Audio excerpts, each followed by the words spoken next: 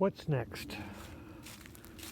I want to talk about Star Wars and how I made a mistake of actually throwing it away. I used to be a huge Star Wars fan as a kid, and then once I saw the first couple of movies, I just got disgusted with the whole franchise and lost the whole concept of it. I think Star Wars actually is a profound teaching source for understanding spirituality, but in such a weird, offhand way. I had thought that, the darkness, it's a way of teaching the darkness will corrupt you, by trying to get your way. I thought Star Wars was about the rise of Luke Skywalker, good versus evil. And then it became, once the first three were out, is the rise of Darth Vader. But now I realize Star Wars' underlying message might be the torture or the life of Obi-Wan Kanobi. Because he's always been the best example through the whole series. He's trying to follow the right line. He's trying to follow more of a middle path, which is always the best way. And something he said in the third movie, which was, only the Sith lives in absolutes.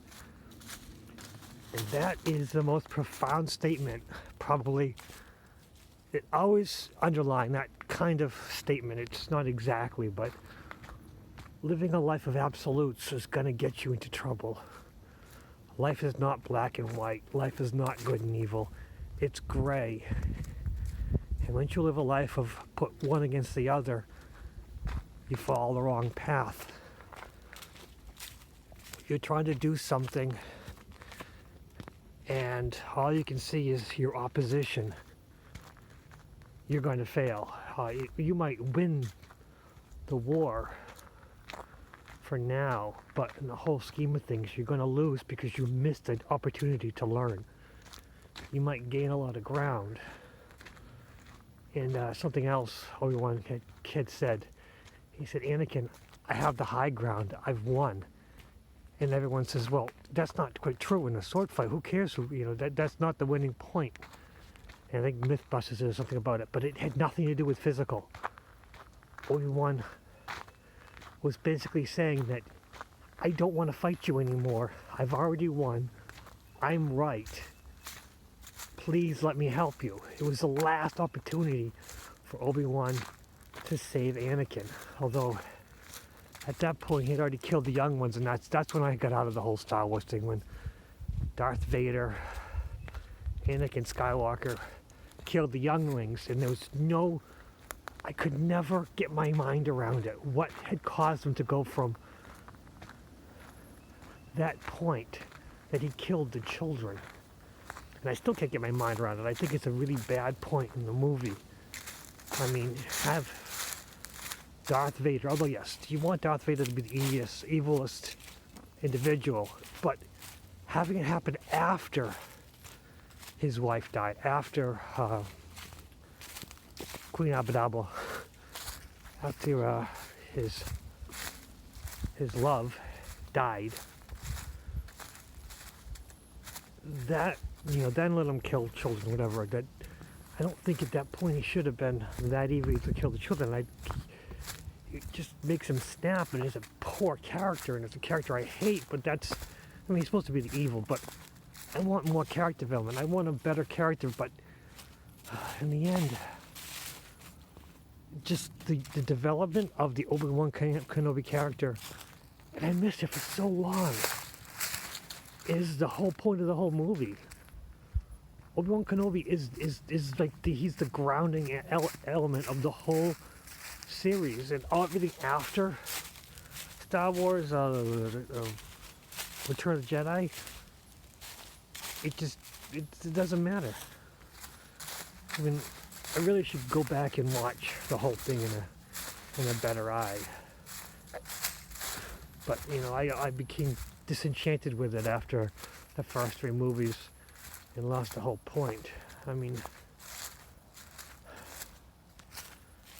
Obi-Wan Kanobi was in all 6 movies, you know, as a spirit for 5 and 6. But also Master Yoda was in all 6 movies. So maybe the whole point is Obi-Wan Kenobi is this the Darth version. You know, Obi-Wan Kenobi versus Darth Vader versus Emperor Palpatine, Darth Sideous versus Yoda. Maybe that's the whole mind dealing with it. But of course, then you're dealing with absolutes, then you're dealing with extremes, and when you deal with absolutes, you end up failing. Trying to say is just live as close to the middle path as possible. When you meet somebody you disagree with, it's best to have a conversation. I mean, a debate is fun for a little while, but knowledge can only be gained by a free exchange of information. Until we learn to listen to each other, whether we disagree 100% or disagree with them 50%, or even agree with somebody,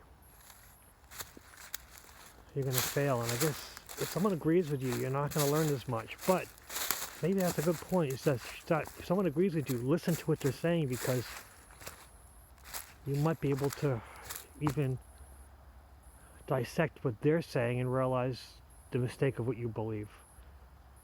I need more thought into this. What's next?